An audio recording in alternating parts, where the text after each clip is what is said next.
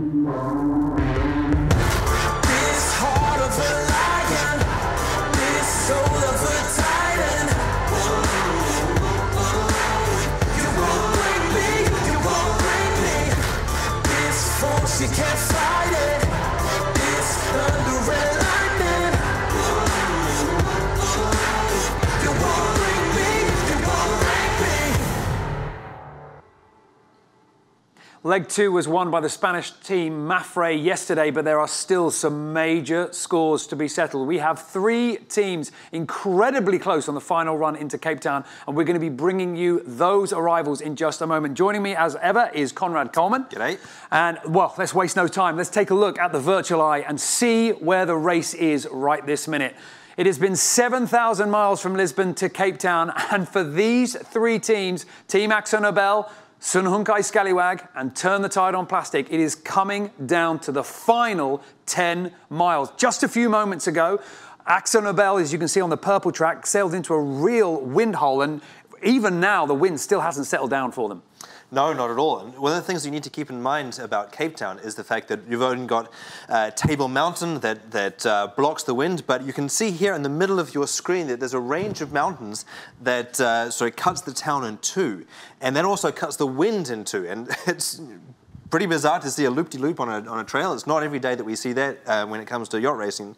But the thing is that on the approach you have one wind, and when you start to approach the city of Cape Town, you get a completely different wind, and that's what they're struggling to navigate with at the moment. And amazing to see their path right now. There we can see live images from the stern camera. They are obviously sailing fairly close to the wind at the moment. The breeze coming in from the left-hand side. They're on port tack, and the finish line is off to their right, but it's quite a way off to the right. They're having to sail almost a sort of much longer route round. I mean, this is just about keeping the boat moving. Well, yes, it's really peculiar that I would have hoped that on port tack like they are, that they could have borne away and a little bit more to the right and gone straight down to the line. But this may be a call by navigator Jules Salter to keep them away from the town, away from all of those, the sort of Venturi turbulence effect that's on their right-hand side. They're sure to get another wind shift before they make it into the finish line, and so this may be a bit of an investment for the future. Let's just talk about what it is that's at stake here, because Akzonobel, as you can see from that purple line, the finish is in the top left-hand corner of your picture, but Akzonobel effectively sailing away from that, and just look what is looming, coming in on the picture on the right-hand side. Sunhunkai Scallywag blazing in at 16 knots, Turn the Tide on Plastic just above them, 13 knots. They haven't hit the tricky wind underneath Table Mountain. And, well, the reason that we're so excited about what potentially could happen here is in the last edition of the race, coming into Cape Town, Mafre, the Spanish boat, was 30 miles or something around about that, in the lead over Team SEA, the battle for sort of 6th and 7th. Team SEA then sailed round them, and it was a full hour and 10 minutes before Mafre then crossed the line. So Akzonobel will be very cautious about what's happening right now. And to give us some idea about the nerves on board and the raging battle that's been going on here on Leg 2, just before they came into Cape Town, we spoke to skipper Simeon Tainpoint to get his take on the race. Almost a match race here in the South Atlantic, just trying to stay between the mark, Cape Town, and those two, and of course, yeah, everyone is putting in their attacks to pass the other one. Of course, it's a bit of a disappointment as well when we couldn't hold on to the pressure and to the guys in front, and it's always hard, you know, that when you have to drive away south again. But you know, everyone took it on the chin and kept fighting hard, and the atmosphere has been great. And we take it all the way to Cape Town, and we all know it's going to be tricky. It's only gonna happen when you really cross that finish line. So it's high focus, and everyone's giving everything. Only a few miles to go before the finish line. However, the race is far from over. Give the fans of the Volvo Ocean Race some indication as to what might happen as we get closer to Cape Town. We're expecting that we're sailing into a little bit more wind now. So hopefully we are leading scallywag and turn the tide. So hopefully we can extend a little bit, and then by the time we get nearer to land, we probably have a little bit less wind, and who knows, maybe no wind at all. I mean, especially there in the bay and around Table Mountain, it can change a lot.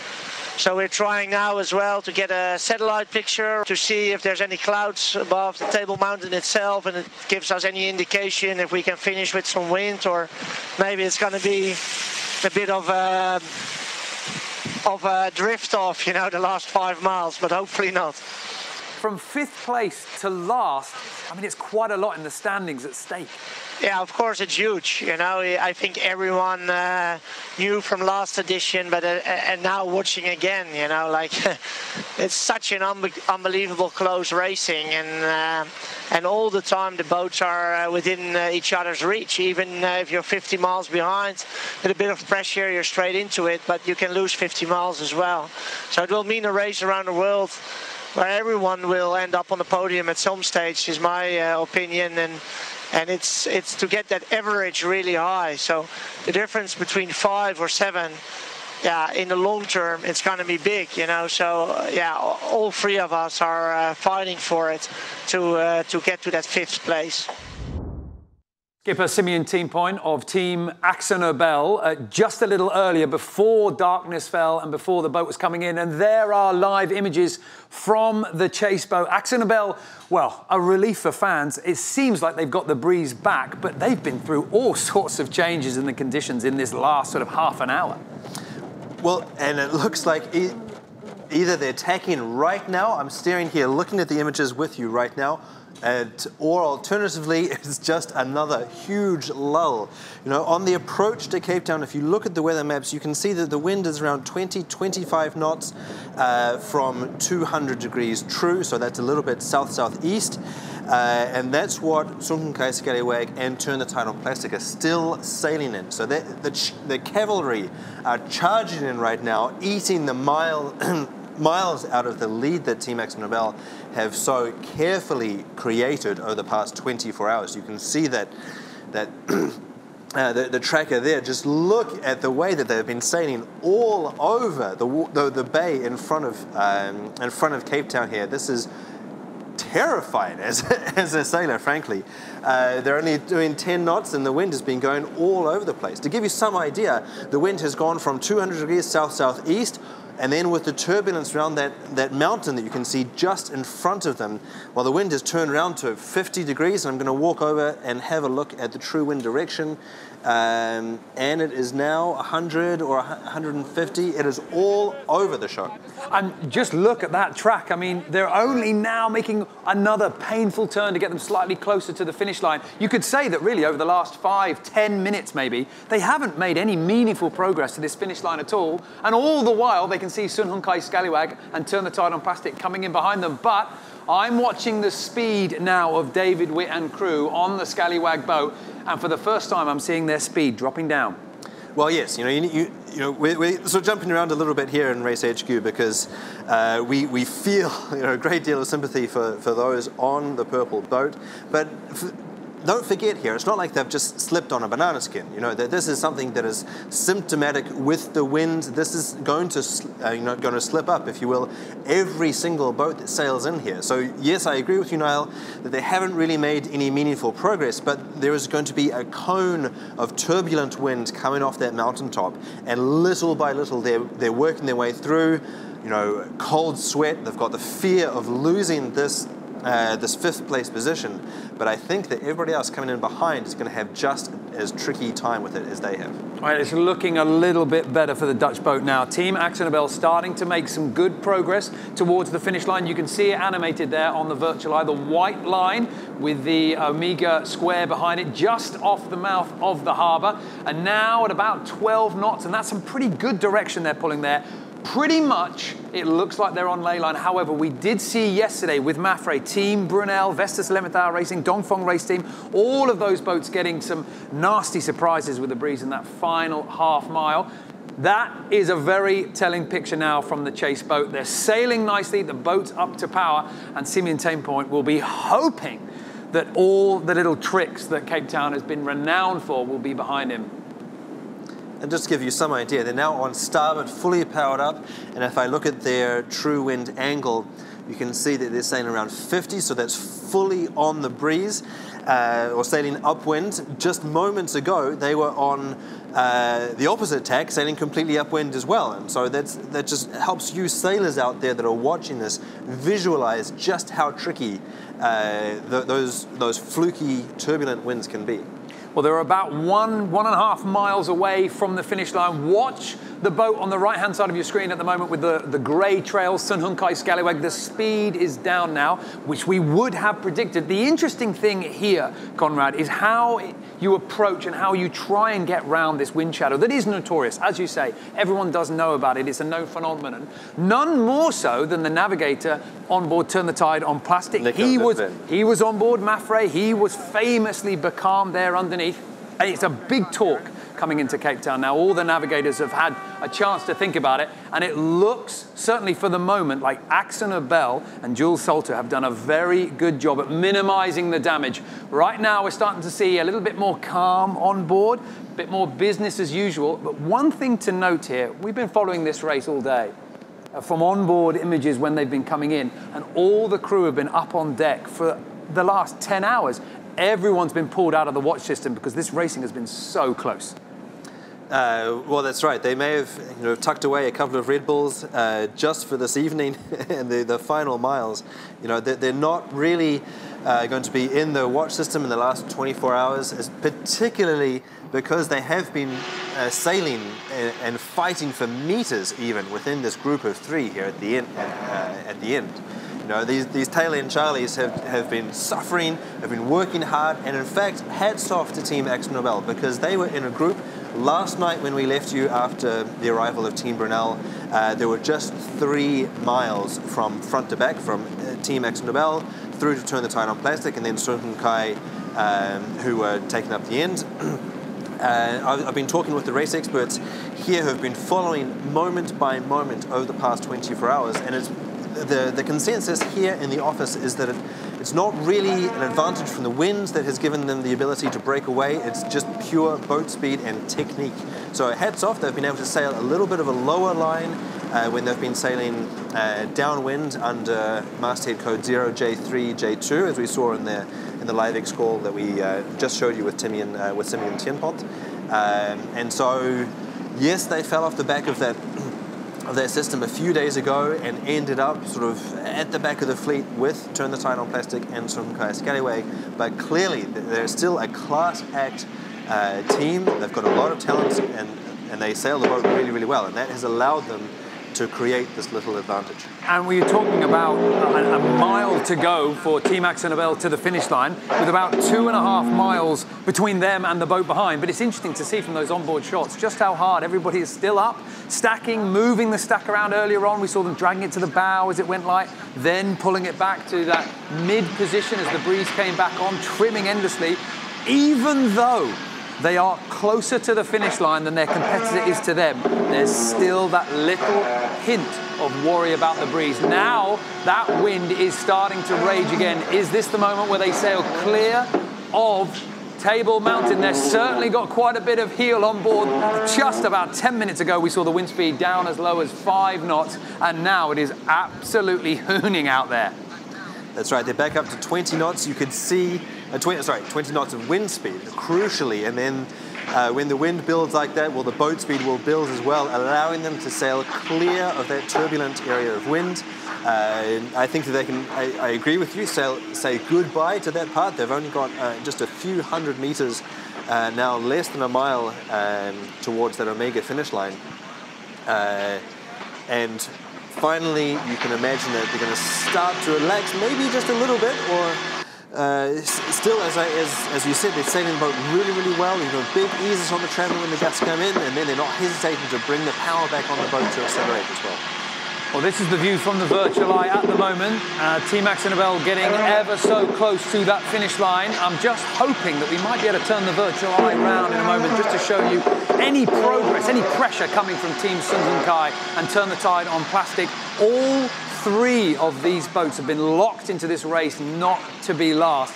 And when you think about the points on offer here, the difference between finishing in 5th place and 7th place in an 11-leg round the world race is crucial when you consider building up your averages, as Simeon was saying to us just a few moments ago. But right now, the breeze is good, and that boat speed has got to be a relief. Well, there we go. Now we can see Sun Hun Kai Scallywag. The speed's still good, almost 11 knots. Turn the tide on plastic, 17 plus knots as they come flying in still with the breeze. And it's a crucial moment now for David Witt and crew on board Sun Hun Kai Scallywag, because as you can see from the purple trail, that is where Akzonobel came a cropper. We'll have a little look at the ticker at the moment with the distance to finish of all the 3 boats, and we can expect those numbers to compress as each of them start sailing into a little bit of a challenging conditions. Mafre, Dongfeng Race Team, Vestas 11th Hour Racing, Team Brunel, all finishing yesterday. Akzonobel now under 1 mile to go to the finish. Sun Hun Kai Scallywag about 2.7 nautical miles behind, and then Turn the Tide on Plastic 5 miles to go before they cross the finish line. But crucially, only 1.4 miles separating the Hong Kong boat from Turn the Tide on Plastic. Now, that is going to be the battle to watch. You know, over the past 24 hours, Team Akzonobel has really stretched out from the other 2, and look at the track, and now you can see a nice curve. Well, nice. Let's see about that. We can see a curve in the track from Sun Hun Kai Scallywag as they approach that first loop-de-loop in the track from Team Akzonobel. That is showing us where the turbulent air is and where they're going to get in trouble. And that is the battle raging out here on the water at the moment. We're going to just zoom in now with Akzonobel, because they are moments away from crossing the finish line. There was a real worry, I'm sure, for fans of the team as well, as to whether they were going to hold out that small lead. At one point, it was almost like being in the lead, being the first to sail into the light wind pressure underneath Table Mountain was going to be a curse rather than an advantage, giving the rest of the boats, the attackers behind you, a chance to work out what the breeze was going to do. However, Simeon Tienpoint, Jules Salter and the rest of the crew on board safely navigated that light wind hole, and now, as you can see, the lights of the harbour wall coming into view, the finish line just a little way beyond there. And if body language is anything to read by, they're starting to look relaxed. We don't like to jinx it here, but now it seems like all obstacles have been removed. Akzonobel about to cross the finish line now. A last little bit of trimming on the main. The white line you can see just in front of them on the virtualized, the harbour wall. Then the finish behind them. Turn the Tide on Plastic and Sun Hun Kai Scallywag weren't able to close down the distance on the Dutch team, even when the purple track curved so far off and away from the finish. So the battle between 6th and 7th still to be decided, but 5th is set to be claimed by this boat here as we follow them on board for that final few moments as they cross the finish line. Half a nautical mile to go. Still the crew trimming, still working those boats pretty hard. Yeah, they're not leaving anything out there on the water. You can see Martine Grail, obviously the famous daughter of Torben Grail, winner in previous editions in 08-09. She here is going to complete finally her first big oceanic voyage. She had the opportunity of sailing down the coast of Brazil, where just last year she got gold in the 49er FX, and I think it's going to be interesting to watch Martine. You know, we saw great images of her being coached on how to drive these boats by the more experienced crews on board, and I think that we can expect, you know, great things from her. You know, she's obviously a spectacular helmswoman on surfing boats, and I'm looking forward to her interview at the end of this, if we can get her to see what her thoughts are and whether she's living up to the family tradition. And also an incredible story for the team in general, because let's not forget there was a lot of controversy, there was a lot of noise surrounding this boat leaving the dock all the way back on leg 1. They had a little bit of a problem with their crew roster. Sailors came, sailors went, and in fact, when they left the dock, they left it with one less sailor than they would like. However, a resurgent team, a strong performance in leg 1, a 4th place on the water, and now Akzonobel coming across the finish line High fives and handshakes for the crew, celebrations.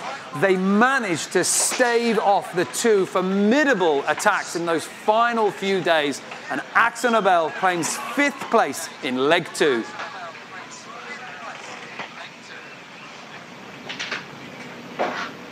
Oh, Conrad, I mean, just think about what this team has been through. Not only on the water with the relentless pressure of boats only a few boat lengths away for days on end, but also it weighs heavily on your mind when you're not exactly sure what the makeup of your team is going to be from leg to leg.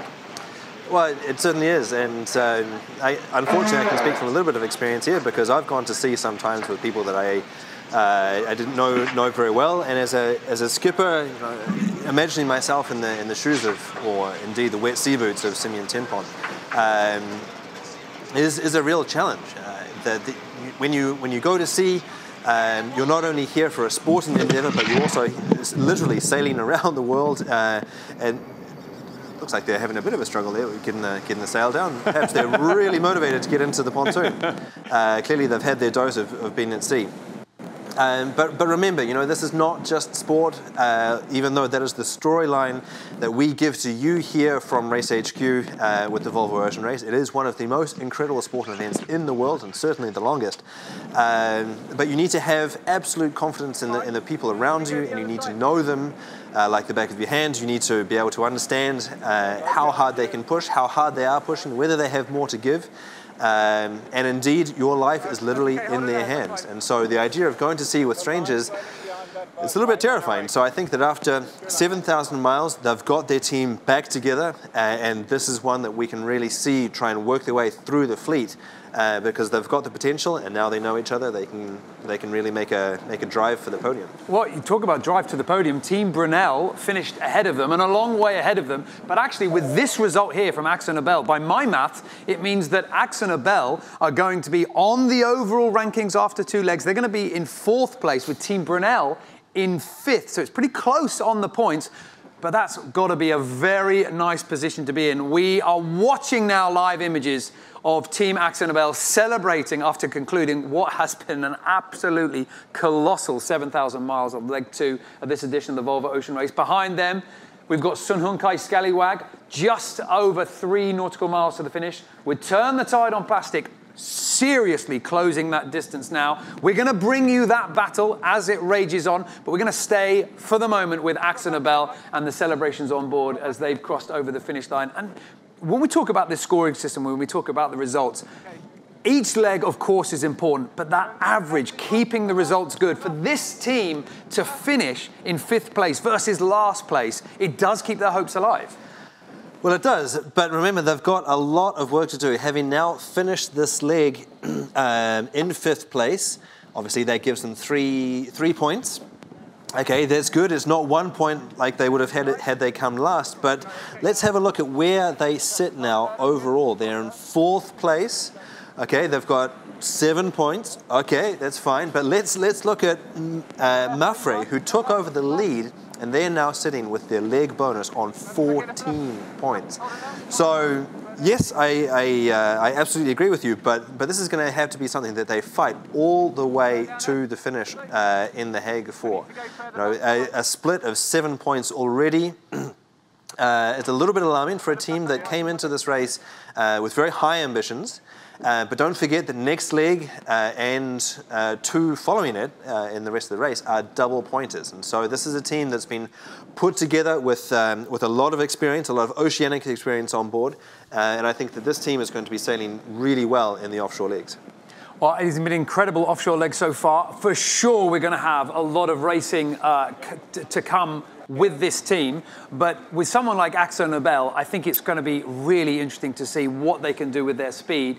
And I think that this boat we're going to see a lot more from. And I think it's so interesting to wind the clock back and just take a look at how hard leg 2 was for Team Akzonobel and how well they fought to this finish line.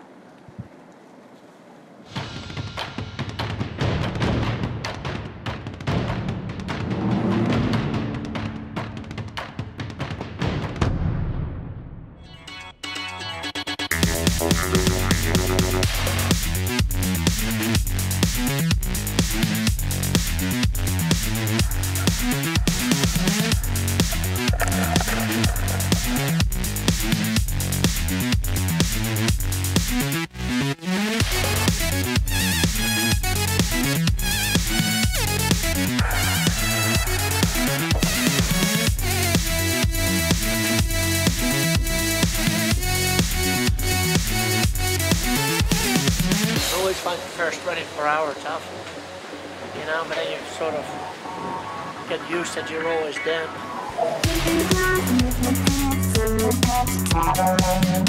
Yeah, okay, slow it down.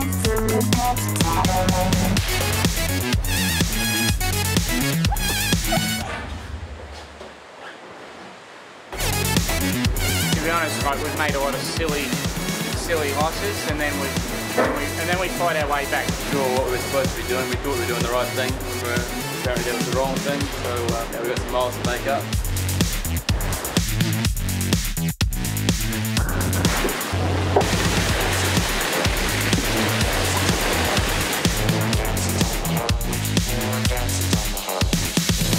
I'm still paying the price for mistakes we made several days ago. It's pretty hard to keep your emotions in check, but yeah, that's sport, isn't it? If it wasn't emotional, we probably wouldn't do it.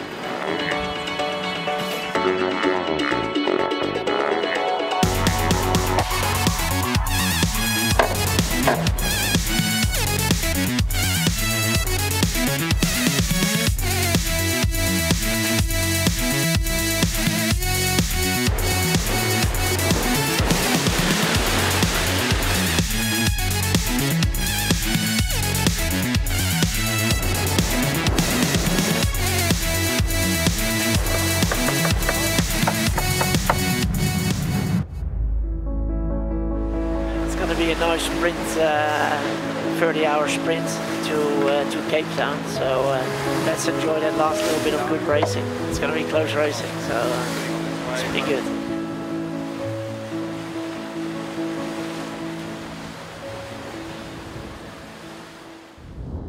An incredible leg for Team Akzonobel. Now comes the moment with the mains down, the sails get put away, and the boat starts making themselves onto the dock.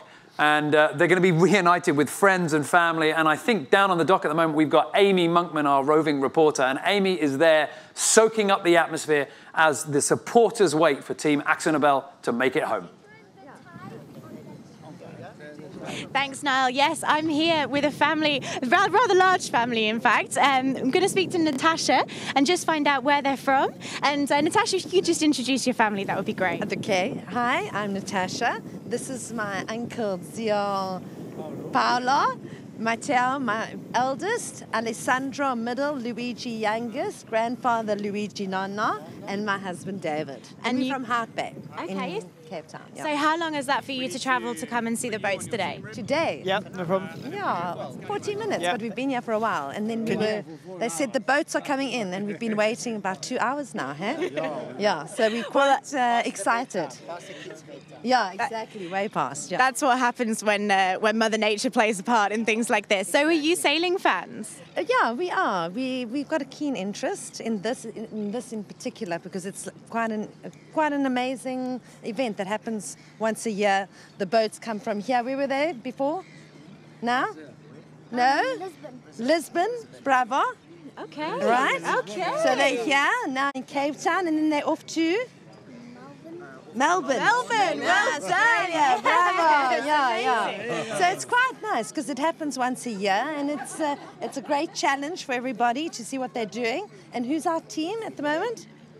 Turn the tide of plastic. Exactly. Okay, perfect. And have you been to the Volvo Ocean Race before when it's come to Cape Town? Yes, last year we came also just to have a look around, but it was chock-a-block. So we didn't get to see much. And now you just earlier described all the different, half the boat to see inside, and the tents and all the things. So we're going to go, tomorrow and check it out. Yeah. All right. Well, I hope you have a great time. Enjoy your time here at the Volvo Ocean Race, and you'll definitely get to see some boats tonight. So, hopefully they're coming in. They've crossed the line, so it'll be soon. Turn the tide on plastic. All right. Thank you. Back to you now. Well, thank you, Amy. And the atmosphere is going to continue in Cape Town for quite a while. We've got leg start on the 10th, 11th of December. I mean, it seems like almost tomorrow these boats are going to go back out onto the ocean and push out again. Team Akzonobel, just a few moments ago, crossing the finish line, finishing off that 7,000-mile leg. And it certainly was an incredible journey for them. We have got, though, still a battle behind them. And it's certainly hotting up right now. Akzonobel safely across the line, but behind. Sun Hun Kai Scallywag, 8.5 knots. Turn the Tide on Plastic just behind them. And Conrad, we've seen this compress. That's right. I could barely contain myself. We've been sitting here watching the numbers, looking at Nico Lundven and Dika Fari driving Turn the Tide on Plastic in on the coastal side. Clearly, Sun Hun Kai Scallywag tried to stay out of the worst of the turbulent winds, and I don't. You know, this battle basically has just started with just a few miles still to go, but I don't think I have any fingernails left. You know, that. Remember, Nico Lundven, he was the one who was navigating Mafre last time. They ended up last after parking the boat up for an hour and a half, as you said, Niall. But now they are in last place. They've got nothing to lose, and so they were trying to cut the corner on Sun Hun Kai Scallywag. It's going to be fascinating to see how this plays out. Well, these are live images from on board Team Sun Hun Kai Scallywag. And, well, one thing to pull out there is there are a lot of sailors looking around, trying to work out exactly what's going on. There's really only two things to keep half an eye on, your sails and the opposition. And right now, it looks like there's a lot of people looking at Turn the Tide on Plastic. We know from the tracker, and if you don't have the tracker open yourself, it is live. You can dial in there and you can see the positions, the movement, the speed of the boats. We know that Turn the Tide on Plastic have sailed closer to the shore. And it looks from here, like the camera seems to be slightly stuck at an angle. They are sort of gimbaled, but it looks like the salt water's kind of frozen the system a little bit. And almost to me, they're just struggling to find the consistency with that heel. Well, that's the turbulent wake behind the mountains, Niall. You know that the wind is going on, it's going off, it's spinning round in circles. If we have a look at our telemetry data here, we can see that the heel of the boat is going back and forwards. Wow, that's dramatic. Clearly a big gust coming on, big ease on the mainsail. They're really having to work to get this boat moving forward, but it's a long way from consistent, as you said. And just to remind you guys, the angle of this camera is not perfect here. They are not actually capsizing to windward. Bear in mind the lights you can see on the horizon from the city of Cape Town. But just look at how much that main is being burnt out, pulled out. I mean, there's a lot of work going on here. If you're fans of Turn the Tide on Plastic, this is great news. If you're fans of Team Sun Hun Kai Scallywag, this is your nightmare coming to fruition right now. I mean, we are going to have a little bit of a look at the virtual in just a moment, and we're going to see the distance between the two boats. This, what we're seeing right now, are live images of the struggle on board Team Sun Hun Kai Scallywag. Two crew members forward on the pedestal. They're easing sails as they go over. We've seen the almost heel 20 come down knots to of zero. wind speed at the moment. 20 knots of wind speed coming on board the boat right now. And there's a lot of work that has to happen to go from 4 knots of wind speed to 20. Well, when you've got less than 5, and just to have a look again at the data, we've got Sun Hun Kai Scallywag, almost 20 knots. Turn the Tide on Plastic on just over 5. And so you're setting the boat up in completely different ways. When you've got so little wind as the young boat does, then you've got the sheets on tight. You're trying to extract as much power as you possibly can out of the sheets in order to drive the boat forward. When you're in the case of Sun Hun Kai Scallywag, you're spilling the power, just trying to keep the boat on an even keel. And make no mistake about it, the drama that we're seeing on board Team Sun Hun Kai Scallywag was predicted, and it was predicted by the navigator, no less. We spoke to Steve Hales just a few moments before they got into the bay, and this was his take on what the final few miles was going to be like. Well, as you know, I'm sure you've been watching, it's been a tough few days. It's been very hard being back just off the group. You know, these guys are quick and they're smart. We've had several goes that kind of passed us downwind. Eventually got a little break today. We got to leeward of them in a good bit of pressure and managed to keep that going. Got inside them on the jibe, but we've been within 0.2 of a mile of them for most of today. Boat's ripping right now. We're doing 22 knots, and they're up on our hit right now, coming into us in a bit more breeze. You can see the boat's going reasonably quickly now. Waves are building. But we know that finishing Cape Town is always a drama. I've done this a few times, and even when it's blowing incredibly hard, the southeasterly is the prevailing direction, which is what we have pretty much. A little more southerly, but the same problem exists. Lion's Head and Table Mountain create havoc. and it's dark. Akzo certainly aren't out of reach either. They're only 3 miles to Lewis down here. I can see them as yeah, big day, and a big night to come. Do you see the potential wind shadow off Table Mountain as a bit of an opportunity or as a hazard? It has to represent both. It really does. I mean, we've all seen import racing in here. I've said a reasonable amount of Table Bay. I mean, we love the place, but you know, obviously it's not totally predictable. That's the issue with it. We can sit there and try and work out where we think we want to be, but what might work now might not work in 5 minutes' time. So the unpredictable element is obviously opportunity. That's how you wish to see it, be behind. And it's you know, a chance for a slip up if you're ahead. So I think all 3 boats will be nervous and also looking for openings at the same time, no question. It's going to be this. I think we're 6,400 miles into this, and we're a mile in front. Akzo 3 miles in front of us, and I have every expectation it will come down to the last 3 miles. I mean, clearly everyone's up for it. But then so's everybody on the other boat. You know, we don't underestimate their desire, and we don't underestimate their skill. Or, you know, it's clearly we're matched boats and matched teams. Otherwise, we wouldn't be a mile apart after 3 weeks of sailing. So we go in there flexible. We go in there with a plan, and you know, to some extent, it'll be what it'll be. Havoc from Table Mountain, and it's all going to come down to the final 3 miles. That is what Steve Hales just said, and let's have a look at how right he is. This is the virtual eye graphic, the finish line on the left-hand side. Team Akzonobel already crossed it just a few moments ago. Sun Hunkai Scallywag has had to do a couple of extra maneuvers to try and turn around. We turn the tide on plastic, trying to sail through on their inside.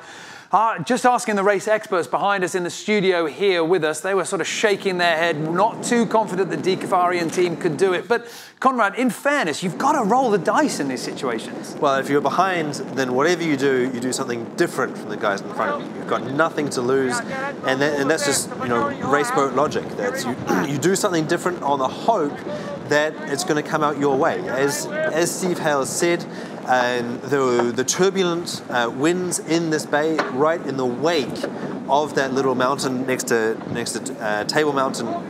Well, it's not modelled at all by, or certainly to any degree of accuracy, and it all comes down to little shifts in the big macro scale wind, and then how that manifests itself in the way that it blows around the nooks and crannies on that mountain. So there's no supercomputer on Earth that can model exactly what they're going to be able to do, and at this point it really does come down to a roll of the dice. And you know, hats off to Turn the Tide on Plastic for trying something else. It could work out. They've clearly closed the gap from where they were just half an hour ago.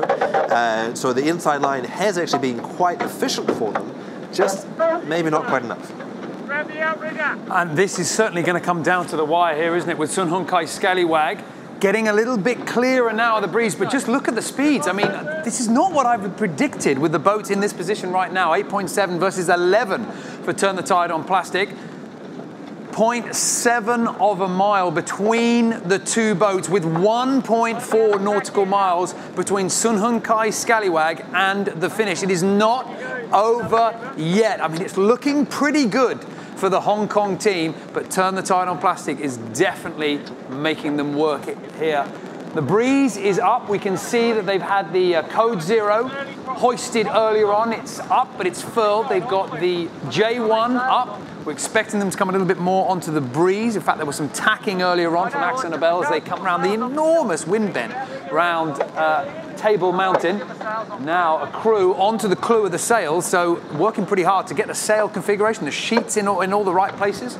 Yeah, that may well be Ben Piggott, the 21-year-old bellman on board. I can tell you the last 7,000 miles, he's been getting a pasting at the front of that boat. If you look at how many maneuvers and how many sail changes they've had to go through, it's just incredible. And whenever it seems like they have any sort of issue with breakdown or anything like that, it's just call Ben Piggott. Let's get Nipper on deck. He's the handyman. He's pretty impressive. At only 21 years of age, to be the man that you call when you're in trouble is pretty impressive. So you can see him or somebody else working there on the clue. They may be sorting out, as you said, a secondary sheet or preparing for a tack there. Let's listen to the countdown.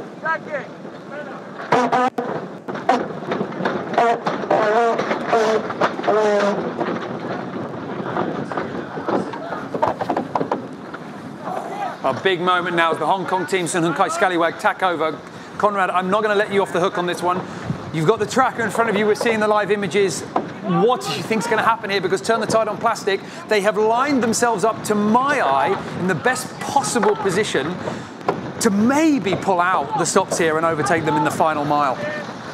Well, they've certainly got the inside line. You could say that is the... Don't deliberate. Don't dance around this. Do you think we're going to see this? Do we think we're going to see a position change coming up here? As much as I love the plucky youngsters at the back, I don't think so. You know, they've got the inside line. They're in the lane of hope, which they've set themselves up for, something to do, something different, anything different from the boat ahead of them. But just tacking over there now, as we saw on Sun Hung Kai Scallywag, I think they've just closed the door. All right, well, let's hear from the crewman on Sun Hung Kai Scallywag. Amy Monkman, our journalist, is down there with Antonio Fontes, who sailed leg one as a scratch crew for Team Akzonobel and is sitting there waiting for Sun Hung Kai Scallywag to come in. Let's go down to Amy and hear what he's got to say. Thank you.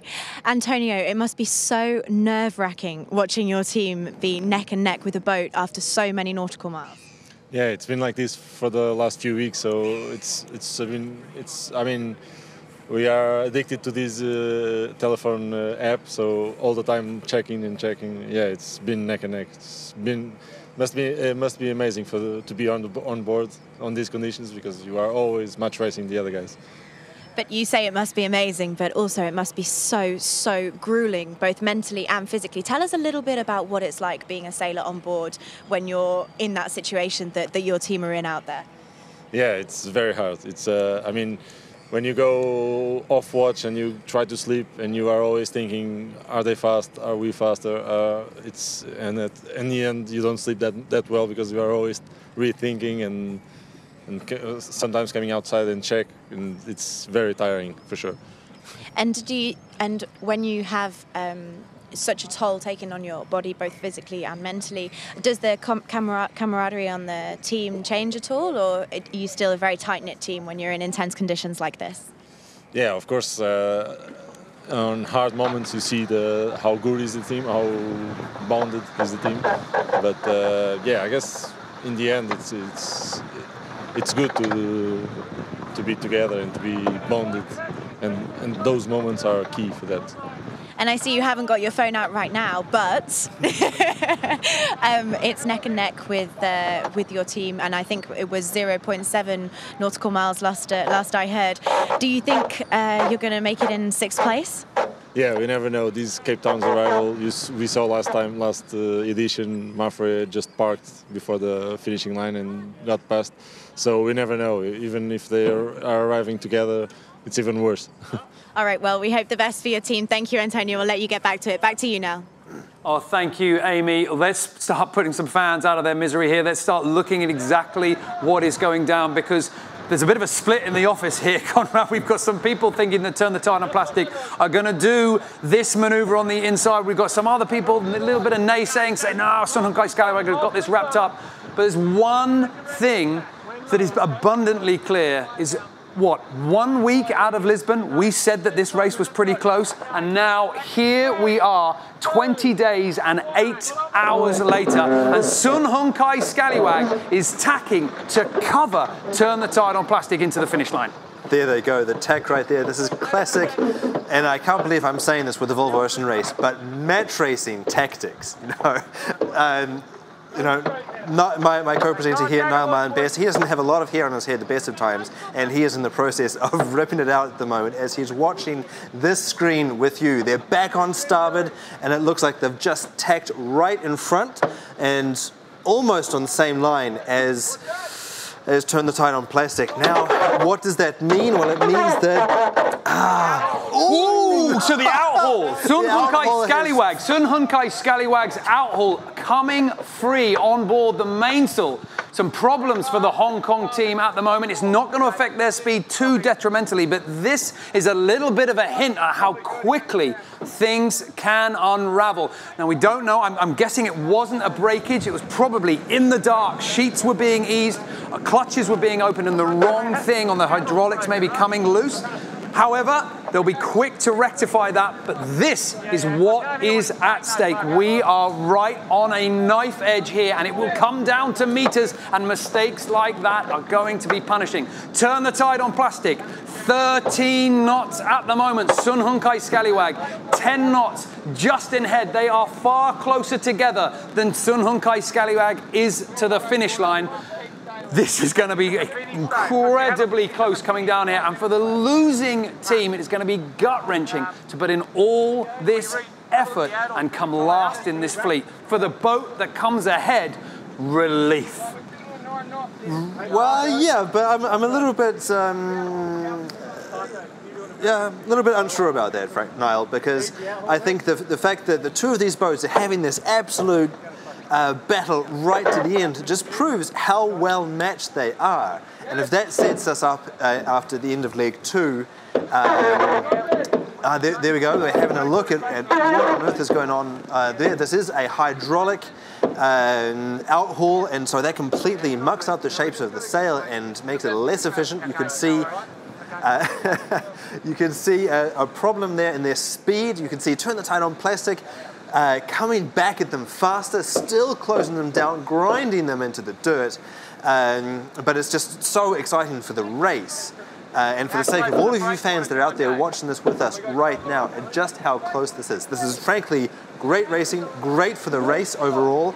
But yeah, you're right. It's going to be disappointing for whatever team gets this. And just take a look at the numbers, the distance to the finish. Sun Hunkai Scallywag 0.7 nautical miles. Turn the tide on plastic 0.9 nautical miles.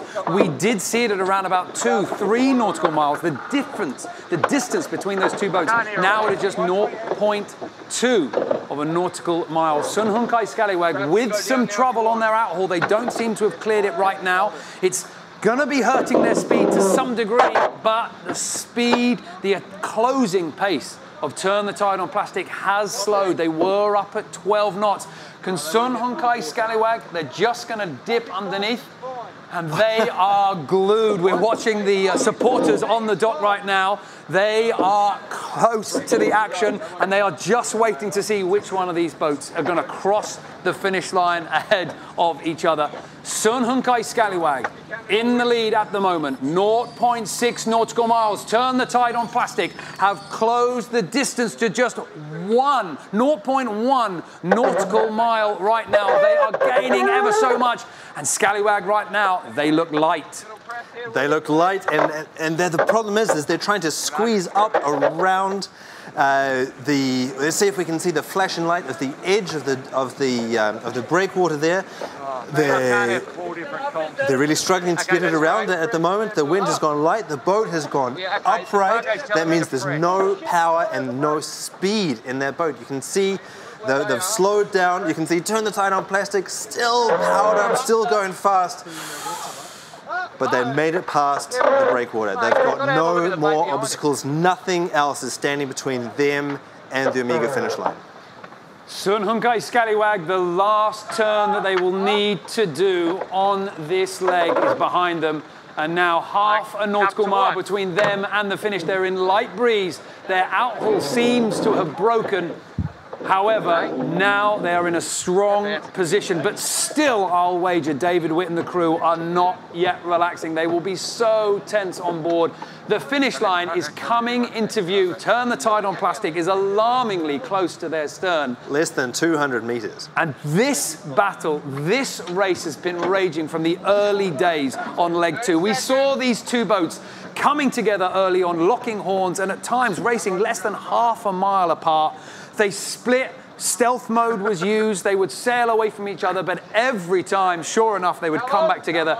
Now you can see the smile on the face of David Witt and a little laughter in the background as well. Because they got the mow on going through the load of us. Just discussing there the sail configuration that he's seeing on the other boat, but it looks to me like they are now about to come through the finish line. And Sun Hun Kai Scallywag, David Witt, Steve Hales, and the rest of the crew will be very, very happy with the moment that is approaching right now.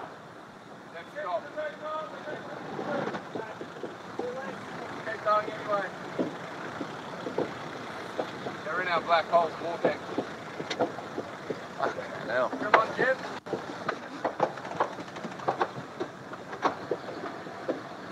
Sun Hun Kai Scallywag, 5.7 knots as they cross the finish line. It was a big scare from D. Kafari's Turn the Tide on Plastic. The race was compressed and brought down right to the bottom. And just look at the different approach here. This is what David Witt was mentioning here, the code 0. That's right. He said the MO, or the masthead code 0. And frankly, that makes me really happy. It means that D. Kafari pulled out all the stops with her team, put out the big sail, put up the big gear, and did everything that they possibly could to grind them down. Alas, probably for not quite enough. D. Kafari and crew now approaching the finish line. It will be 7th place. It will be behind the other teams of the Volvo Ocean Race. But what an incredible battle this boat has given the fans of the Volvo Ocean Race, and what an amazing scare they have given Akzonobel and Sun Hun Kai Scallywag. The breeze going a little bit light as it shifts around, the boat luffs, and they come through the finish line behind Sun Hun Kai Scallywag. But incredibly impressive performance. And you've got to feel sorry for the Turn the Tide on Plastic guys. That's last in leg 1, just behind the fleet here in leg 2. However, unbelievable pace and unbelievable talent to provide so much of a scare to the other teams. Well, yes, they're last again, but it's not the same last place that they got last time. You know, they pushed a great team all the way to the finish line, and I think today, as they furl away their big code 0, which was their last chance to grind down their competitor, their last chance to sail into 6th place, I think that instead of overtaking Sun Hun Kai Scallywag, they have sailed themselves into the hearts of the fans of the Ocean Race, Volvo Ocean Race. And let's give credit where credit's due here, because Turn the Tide on Plastic's navigator, as you were mentioning just a few moments ago, Nicolas Lundven, the 34-year-old Frenchman, he was the one that got becalmed last time coming in the bay in the last edition with Mafre. And I would say he has done more than redeemed his approach on how you sail into the Bay of Cape Town. Yep, it did not translate into an extra point, an extra position, but it certainly showed that that is how you gain ground in the final few miles.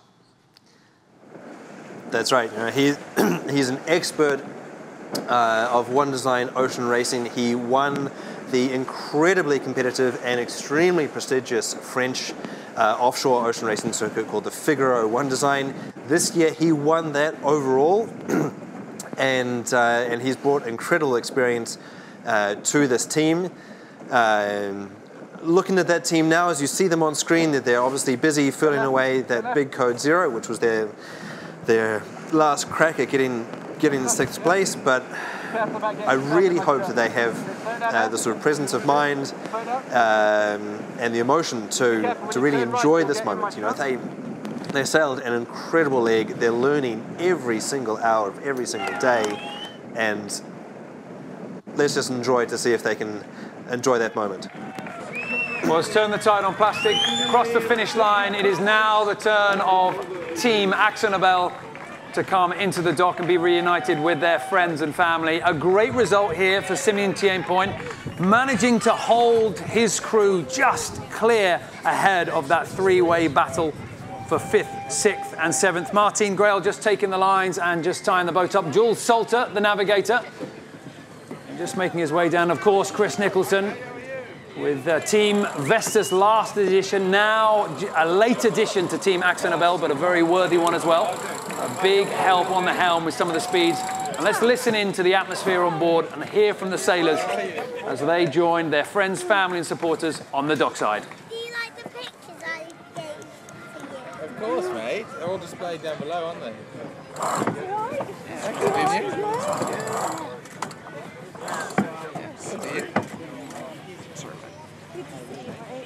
Okay, how was it?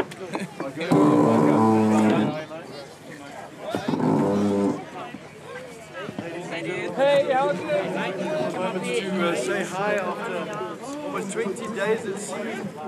These guys have been missing their loved ones. They will be asking questions, so they will have our media team coming in to do their interviews as well. Welcome to Cape Town. Down a little bit. Down a little bit. Thanks.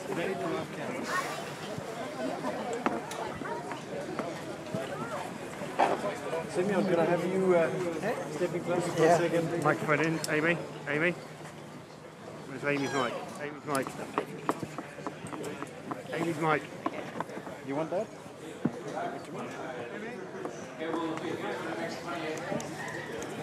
Are we good?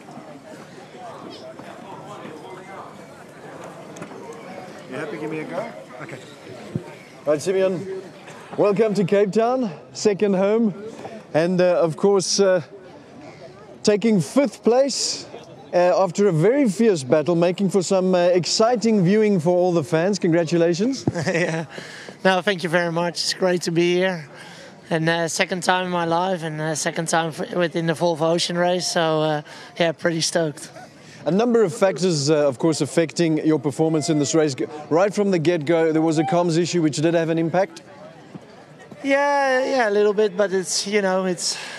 I think we fight all the way, and there were opportunities, but yeah, I think halfway during the race it was hard to get closer to the front group, and I think we had some good attack plan, but yeah, I mean, of course, disappointing when we couldn't get hold of the breeze, and somehow, you know, underneath us and above us they sort of closed the gap. But everyone stayed pretty positive, and big compliments to the crew. How yeah, never negativity, always a fighting spirit, and yeah, and we had a great sailing race all the way till the end with Turn the Tide and Scallywag, and yeah, very happy to be 5th in such a tight racing. Well, it certainly was tight and made for some gripping viewing for the fans. I think that's kind of what they love to see, and might have made for some of the most excitement of the race. This tight finish. You landed on the wrong side of the weather, which had a huge impact. But as you say, morale stayed up with the team. Yeah, absolutely. I mean, you know, it happens, you know, and it's such a long race. And of course, you know, everyone is on board for a podium. And those moments makes the race hard, but also I think it's the charm of it, you know, to keep fighting, and that's the great thing for me, you know. It's such a great crew.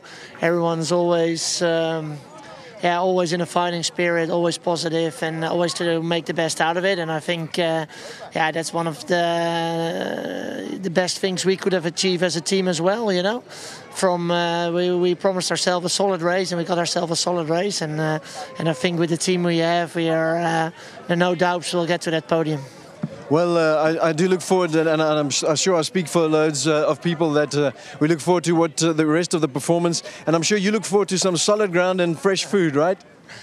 Yeah, absolutely. Look forward to some family time, and yeah, fresh beer would be good. Last time it was pretty nice here, so I'm looking forward to one again.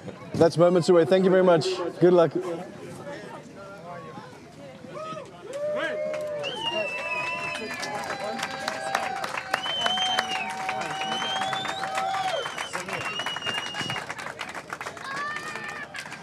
Ladies and gentlemen, we're going to take a few moments for the news media to come in and do their interviews. We'll be silent here for a few minutes, and then we'll do the arrivals ceremony.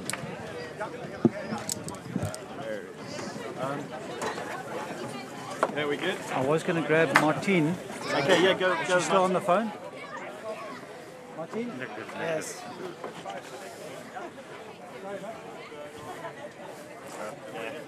Cool, we're good? Yep. Excellent. Okay, Simeon, so, you know... Well, incredible scenes on the dock there for Team Akzonobel, finishing leg 2 in 5th place. A very, very hard-fought battle for the last week, really. It's incredibly close out there on the water. Now, I mean, Conrad, give us just some idea as to how tight this racing has been that we've seen on the water, because, I mean, it really did come down to those final few moments. Final few moments, we got a little bit excited here in the race HQ, jumping up and down as to what exactly was going to happen out there. But just to put this in perspective, this was 1 minute and 8 seconds between 6th and 7th. Sun Hung Kai Scallywag, who you can see now in your image, and of course Dikafari's plucky band of youngsters who gave them a scare. So it's going to be interesting to see, well, exactly how that shook out. But let's have a look at what the race of Sun Hung Kai Scallywag looked like. Well, let's go to those highlights now and have a look at Sun Hung Kai Scallywag's leg 2 from Lisbon to Cape Town.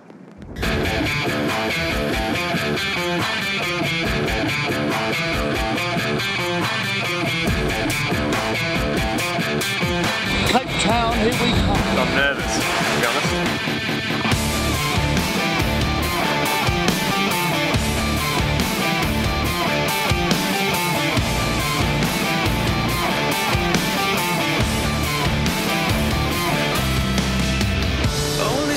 For decisions that last a life, only walking on the sharp edge of a knife. All you want is coming down, right down to this, down to this.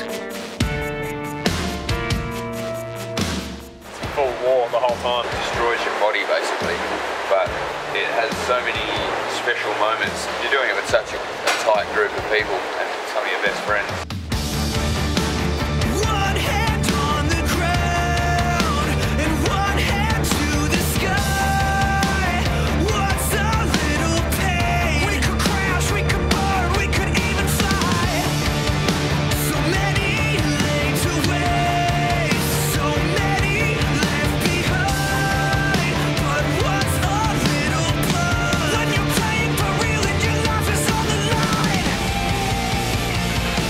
After all day, they're just there, hundreds of metres apart, so it's been close. Hopefully we're held our position with Turn the Tides.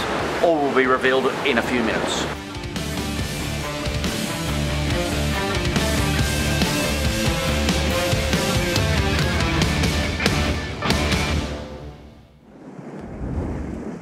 David Witt and the crew on board Sun Hung Kai Scallywag. That was their leg 2, and now we are looking at Turn the Tide on plastic, dropping their main, getting themselves ready to go into the harbour. They've not got the finish that they wanted to, but by God, did they pull out all the stops. It was an incredible race right into the finish line. Dikafari can be absolutely proud of just how well tactically they attacked the approach into Cape Town. But it wasn't just about the final mile. This boat has been providing an incredible challenge to every team out there on the water since the start in Lisbon. Let's take a look at leg 2 through the eyes of Turn the Tide on plastic.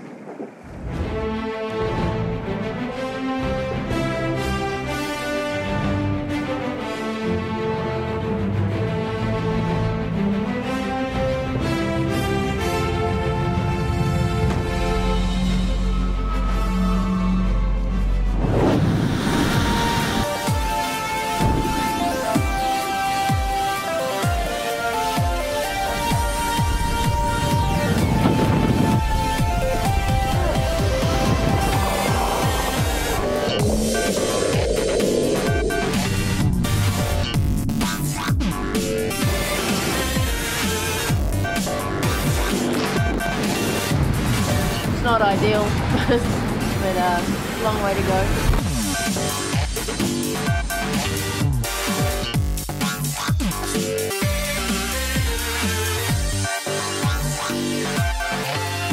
In the hand of the Volvo 65 boat, we brought 2 of the greatest grinders on the world. Here you will see them catch some waves in 3, 2, 1, big stream guys! Stream! Where we thought life was ending for us, all is not lost. Discussing if stealth mode would be an appropriate time. Coming out of this.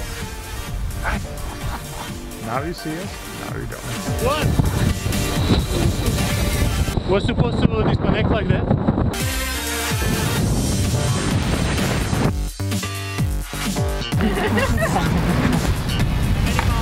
I'm pissed. They're still there. I want to get rid of them.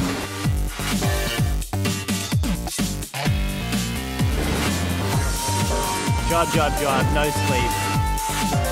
They are right there. We're going to roll them right now.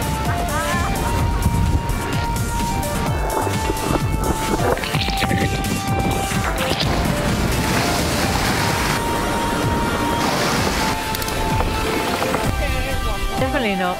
This is pride, and these guys deserve it because they've worked really hard. So I want to take them and leave them behind. But if you're not first, you're last. That doesn't matter.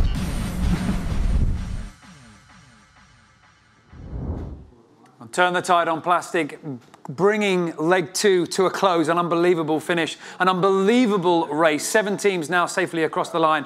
And we can now bring you the provisional results from leg 2 with the scores. And this, of course, being so important. This being leg 2 of 11 legs, 45 miles around the planet. We've got a lot of race to go. Mafre winning yesterday, get the 7 points for the win, plus the 1 bonus. Dongfeng Race Team take 6. Vestas 11th Hour Racing take 5. That was your top 3. And just a few moments ago, we saw Turn the Tide on Plastic with skipper Di Cafari finishing in last place, taking only 1 point. But it is not over yet. This is the provisional race overall. Mafre sitting on top, looking quite happy for the moment with 14 points. Vestas 11th Hour Racing, after winning leg 1, equally strong in second on 13. Then we start to see a little bit of a split in the fleet. Dongfeng Race Team just in touch on 11, and Team Akzonobel in 4th on 7 points. Behind them, still quite close. And remember, we have got a long way to go. We've got many points still to be awarded. We've got bonuses for winning. We've got bonuses for rounding Cape Horn. And of course, we're going to have the bonus for the lowest elapsed time. As Turn the Tide on Plastic and Team Sun Hun Kai Scallywag make their way into the dock, we are going to be bringing you their reactions and words from the sailors. But that is everything from me and Conrad for now. Thank you so much for joining us here for the arrivals. An unbelievable conclusion to leg 2. And we've still got more race to bring you here at the Volvo Ocean Race, the toughest test of a team in professional sport.